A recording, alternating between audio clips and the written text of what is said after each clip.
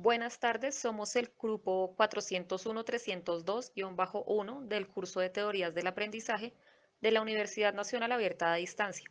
En esta oportunidad vamos a exponer el estudio de caso de Lola, que pertenece a la actividad de la Unidad 1, fase 2.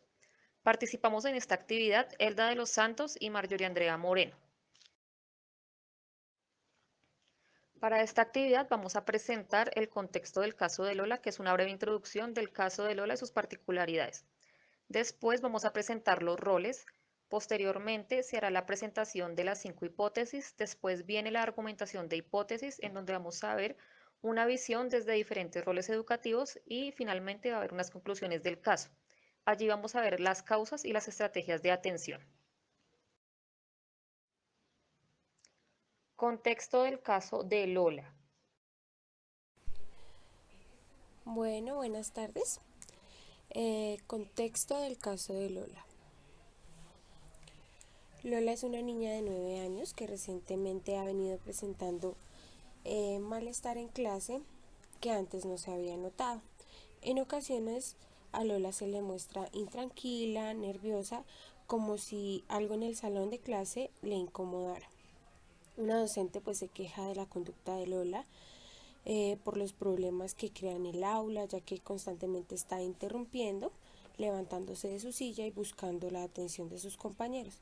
Cuando se le ha llamado la atención a Lola, pues ha hecho pataletas, ha lanzado las cosas al suelo y en general se ha mostrado bastante molesta y agresiva. La docente también ha indicado que el grado de atención de Lola pues es bajo y que le cuesta esperar su turno cuando juega con sus compañeros o cuando está participando en una conversación.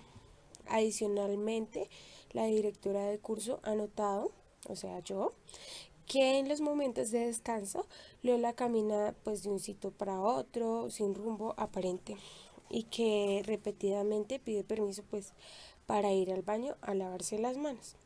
El coordinador académico en su reporte semanal presentó un informe en el que se le evidenció que Lola olvida sus tareas y deberes académicos y que su rendimiento académico es menor en comparación del de sus compañeros.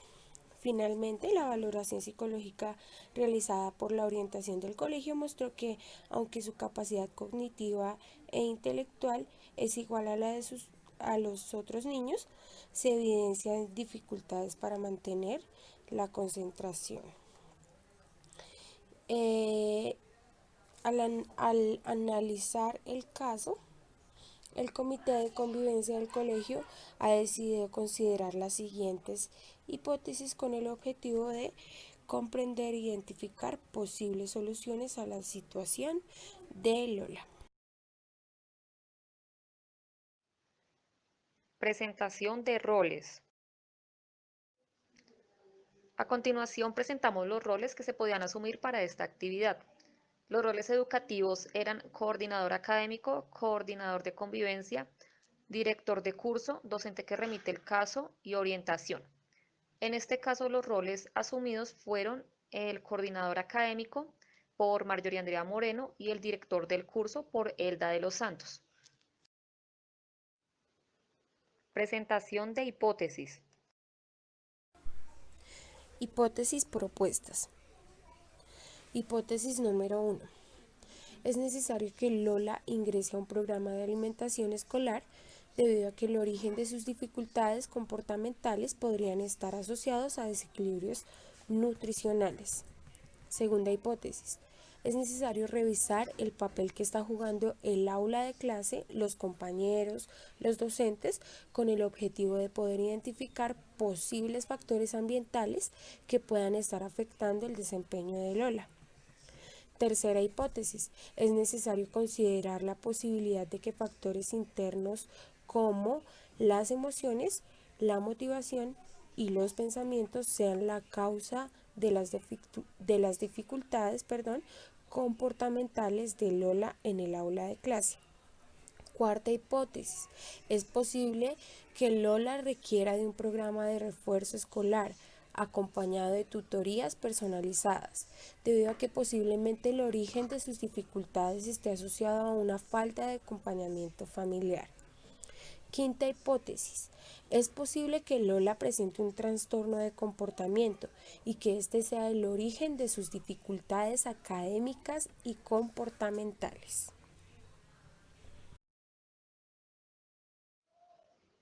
Argumentación de hipótesis. Argumentación de hipótesis. Primera hipótesis. ¿Es válido pensar que Lola no está aprendiendo lo suficiente por problemas de nutrición? Se ha hecho una investigación y se ha estudiado acerca de las problemáticas y de las influencias negativas que pueden traer la desnutrición en el desarrollo cognitivo y crecimiento de Lola. Entre los efectos nocivos de la desnutrición encontramos déficit de atención, empobrecimiento del desempeño físico y cognitivo. De acuerdo con Betón 2008 y Gálafo 2009, si Lola durante los primeros años de vida tuvo problemas nutricionales, es probable que tenga afectaciones en el sistema nervioso. Esto debido a que durante la etapa de concepción hasta los 3 años de vida, el encéfalo se desarrolla y crece con mucha velocidad y para ello se requiere pues una buena alimentación con los componentes necesarios para el desarrollo. Como coordinador académico brindo la siguiente argumentación respecto a la hipótesis 1, cuyo factor es la nutrición. Teniendo en cuenta que la Organización Mundial de la Salud define la malnutrición como un desbalance celular en el suministro de nutrientes y la energía que el cuerpo demanda para asegurar el crecimiento, su manifestación no explicaría de manera definitiva las dificultades cognitivas o demás síntomas de falta de atención o nerviosismo que está evidenciando Lola. Esto según las investigaciones y estudios realizados sobre el tema de la influencia de la desnutrición sobre el rendimiento cognitivo que fueron reunidos en el tercer Congreso de Investigación Internacional, específicamente en las consideraciones teóricas sobre el tema. En esas consideraciones, Mazzoni, Stelzer y Servigni concluyen que hay múltiples variables que pueden influir en el desarrollo cognitivo de un alumno. Sin embargo, la desnutrición es una zona gris de la que aún hay mucho por investigar, por lo que se sabe que la desnutrición severa en los primeros momentos de vida del ser humano ocasiona daños irreversibles y graves en el desarrollo de este, mientras que la desnutrición leve a moderada no hay evidencia de efectos marcados en el aspecto cognitivo. La desnutrición no es un elemento aislado que trabaja por sí solo, sino que más bien está dentro de las problemáticas de pobreza en donde los estudios e investigación recopilados por Mazzoni y los demás autores demuestran que sí hay una influencia y efecto marcado en el desarrollo cognitivo de los alumnos, es decir, un niño en condición de pobreza, independientemente de su estado nutricional, siempre tendrá un menor desempeño académico que un niño en condiciones normales. Hipótesis número 2. ¿Es válido suponer que Lola no aprende adecuadamente porque se encuentra desmotivada? Los fenómenos asociados sobre el rendimiento escolar de Lola, más allá de un listado de factores que se asocian al aprendizaje, se buscan factores asociados dentro de la escuela, ya que esto influye en gran manera el rendimiento escolar de los estudiantes. Murillo 2003 define una escuela eficaz aquella que promueve de forma duradera el desarrollo integral de todos y cada uno, más allá de lo que sería posible, teniendo en cuenta la situación social, cultural y económica de los niños. Es decir, que no puede ser considerada eficaz una escuela que al pasar del tiempo pierde ética, aprendizaje y estudio, teniendo en cuenta que lo que interesa no es el resultado bruto o estándar de los estudiantes, sino que el constante progreso que desarrollan desde que se integran a la escuela. Como coordinador académico expongo la siguiente reflexión respecto a la hipótesis 2, cuyo factor es la motivación. Existen diversos factores escolares que influyen e inciden en el desempeño escolar. Cornejo y Redondo, en su ensayo sobre variables y factores asociados al aprendizaje escolar, relacionan estos factores como las metas compartidas, liderazgo educativo pedagógico, orientación hacia el aprendizaje, el clima organizacional, la capacidad de aprendizaje, la participación, las altas expectativas, la calidad del currículo, la organización del aula, el seguimiento al progreso, la cercanía afectiva, los materiales educativos y la didáctica. De los factores mencionados anteriormente, deberíamos analizar cuál de aquellos afecta directamente sobre la estudiante. En concreto, Cornejo y Redondo vuelven a exponer que las metas compartidas corresponden a la visión de la institución. El liderazgo educativo y pedagógico señala las condiciones del trabajo de los docentes y sus relaciones externas. La orientación hacia el aprendizaje se enfoca en las destrezas de los alumnos, junto con la formación personal. El clima organizacional obedece al sentido de pertenencia y buen ambiente laboral. La capacidad de aprendizaje está ligada a la flexibilidad educativa de la institución. La participación se refiere a la relación con la comunidad educativa en general. Las altas expectativas tienen que ver con las posibilidades de aprendizaje de los estudiantes. La calidad del currículo se relaciona a la pertinencia del mismo. La organización del aula señala si existe una estructura de trabajo. El seguimiento se refiere a la retroalimentación. La cercanía afectiva trata sobre la comunicación y los conflictos dentro del aula. Los materiales educativos están ligados a la disponibilidad y la calidad. Y la didáctica que tiene que ver con las prácticas que mejor se adaptan al alumno. Hipótesis número 3. ¿Cómo afecta el aprendizaje escolar de un niño el grado de educación de sus padres? El desarrollo académico de Lola puede relacionarse estrictamente por trastornos de déficit de atención, o también conocido como el TDAH, que quiere decir trastorno por déficit de atención e hiperactividad, que se ve estructurado por sus características cognitivas de comportamiento, esto no por el grado de educación de sus padres. ¿Qué es el TDAH? Es un trastorno por déficit de atención e hiperactividad. De acuerdo con estudios electrónicos físicos, tiene su origen en una disfunción en la corteza prefrontal, los ganglios basales y el cerebro, con sus respectivos circuitos, según Telles 2016. Estas dificultades pueden verse evidenciadas cuando el niño le es necesario pararse a hablar, pensar, razonar para elaborar una respuesta. Riff 1999 indica que el TDAH, trastorno por déficit de atención y hiperactividad, no es algo que se pueda curar, al igual que cualquier niño que presenta problemas de discapacidad en el área que abarca el proceso de aprendizaje y que nunca dejará esta experiencia, pues está impresa en su desarrollo personal. Entonces, el TDAH es un trastorno de hiperactividad que se muestra con movimientos excesivos en las manos, en los pies, nerviosismo, inquietud motriz e impulsividad o agresividad.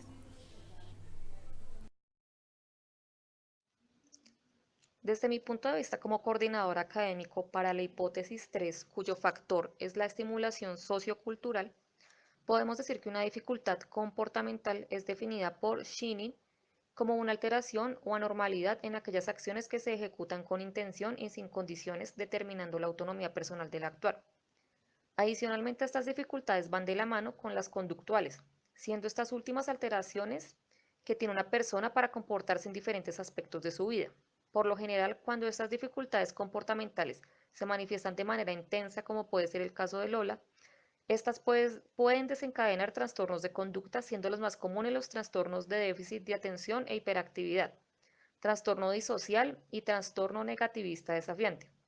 En el trabajo de Rabadán y Jiménez sobre trastornos de conducta en el aula, se brindan algunas consideraciones generales respecto a cada uno de los trastornos mencionados anteriormente, donde el trastorno de déficit de atención e hiperactividad se caracteriza por mostrar inatención, hiperactividad e impulsividad.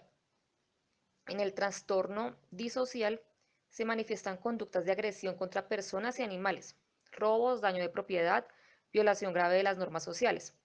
Y en el trastorno negativista desafiante hay presencia de comportamientos desafiantes, desobedientes, provocadores, irritables, no cooperativos, de oposición contra figuras de autoridad.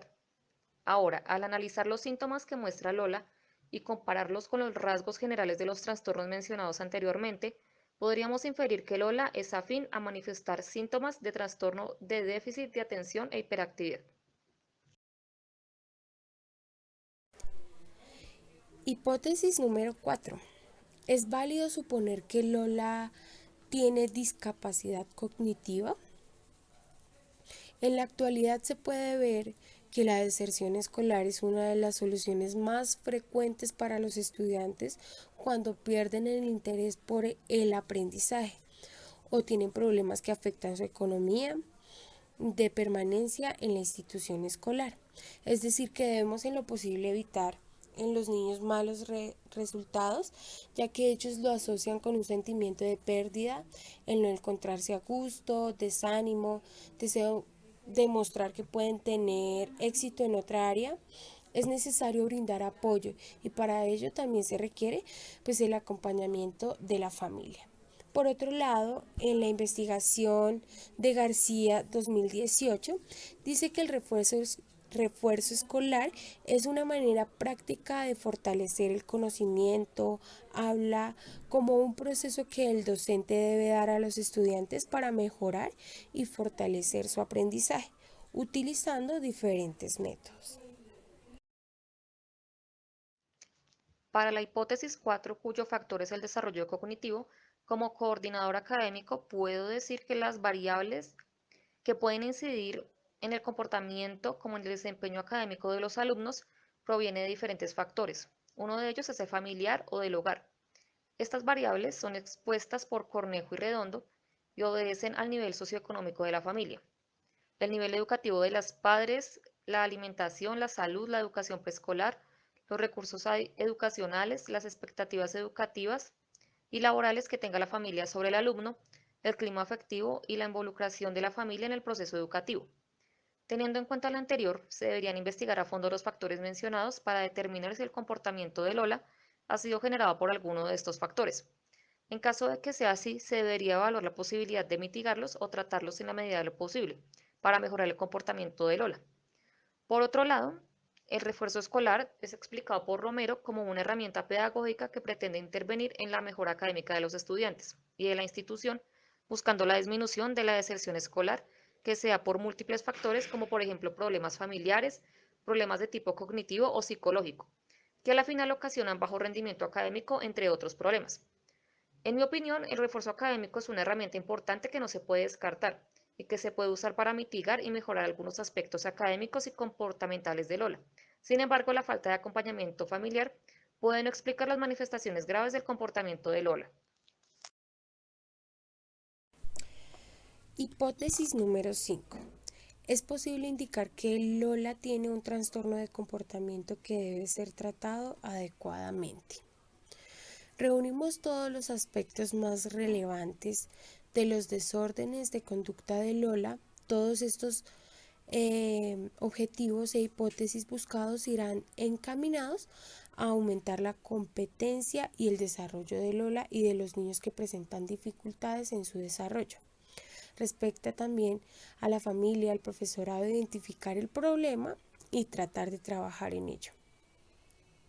Aunque si bien es cierto que en momentos de desarrollo de la investigación no se le puede atribuir un sentido trascendental clínico, legal, pronóstico de enfermedad, a pesar de darse con cierta intensidad en algunos momentos, Díaz y Baja 2005, los trastornos de comportamiento tienen orígenes múltiples que pueden dar cuenta o explicar la profundidad de factores biológicos genéticos prenatales, factores cerebrales, la dieta, entre otros. Todas estas hipótesis y estudios de las causas postulan un origen que siempre cuenta con múltiples causas. En los problemas conductuales emocionales, en los últimos años tratan de dar cuenta a la heterogeneidad de estos trastornos, integrando todos los aspectos posibles, biológicos, psicológicos, familiares, sociales. Parece que todas las diferentes clasificaciones de los trastornos están comunicados entre sí y que coinciden en aspectos básicos, pero son diferentes en la concreción para establecer un trastorno determinado. Lo que sí parece evidente es que las conductas incluidas en los diferentes criterios para el trastorno de atención con hiperactividad, el trastorno negativista, desafiante o disocial son muy diferentes, como para considerar nuevos estudios que traten de buscar un hilo conductor que explique el desarrollo de los diferentes entre todos ellos. La ley 1994. Como coordinador académico para la hipótesis 5, cuyo factor es el trastorno de comportamiento, podemos decir que en el trabajo de Esteves y León se hace referencia a este trastorno como aquel en el que la persona manifiesta una dificultad para mantener la atención y presenta una conducta desmesurada, todo esto expresado en problemas para controlar los movimientos, atender explicaciones, permanecer atento a la tarea y habilidad de organización. En caso de que Lola sea diagnosticada con algún trastorno de conducta, específicamente trastorno de hiperactividad y déficit de atención, Esteves y León sugieren ciertas medidas que ayudan a la inclusión y manejo en el aula del alumnado en general, ya que al haber un diagnóstico positivo dentro del aula, todos los actores educativos están en la obligación de dar soporte y apoyo en la situación, así como es informado por el Ministerio de Educación Nacional. En respuesta a solicitudes afines, en donde se aclara que todos los niños y niñas con esos trastornos tienen derecho a la educación y al acceso y permanencia dentro de las instituciones educativas, por lo cual debe haber una educación inclusiva. Regresando a las medidas y reflexiones sugeridas por Esteves y León, entre estas se podría destacar el papel que juega el docente, el currículo y la institución en estos casos, es decir, se debe procurar que todos ellos estén preparados para manejar casos que involucren este tipo de trastornos. Y dentro de esta preparación se sugieren las estrategias que potencien la atención, regulen la hiperactividad o la hiperreactividad y que regulen la cognición y la conducta. Conclusiones del caso. Conclusiones del caso. Primera hipótesis. Concluimos que no apoyamos esta hipótesis, ya que para hacerla válida deberíamos comprobar si Lola sufrió de desnutrición severa en sus primeros años de vida y si tiene desnutrición leve o moderada en la actualidad y si ella es un niño que en condición de pobreza. En caso de que fuera así, estos aspectos solo podrían explicar un bajo desempeño cognitivo y académico. Teniendo en cuenta que la evaluación psicológica hecha a Lola resultó normal, pero no explican los demás síntomas de hiperactividad y falta de atención que ella nos está mostrando. Aún así, resultara que la causa es la desnutrición severa, leve o moderada, se sugiere un tratamiento de índole médico y seguimiento del PAE. La conclusión que brinda el comité para la hipótesis 2 es que no apoyamos esta hipótesis, ya que respecto a los factores que pueden estar afectando a Lola, podrían considerarse aquellos como la cercanía afectiva, los materiales educativos y la didáctica, ya que los otros factores de por sí están más relacionados con la cultura escolar. Sin embargo, no hay evidencia de que la falta de motivación ocasione los síntomas que Lola muestra. Rodríguez reflexiona al respecto mencionando que la motivación es un motor fundamental para aprender, pero la presencia de esta no depende exclusivamente del sujeto y no abarca comportamientos extremos.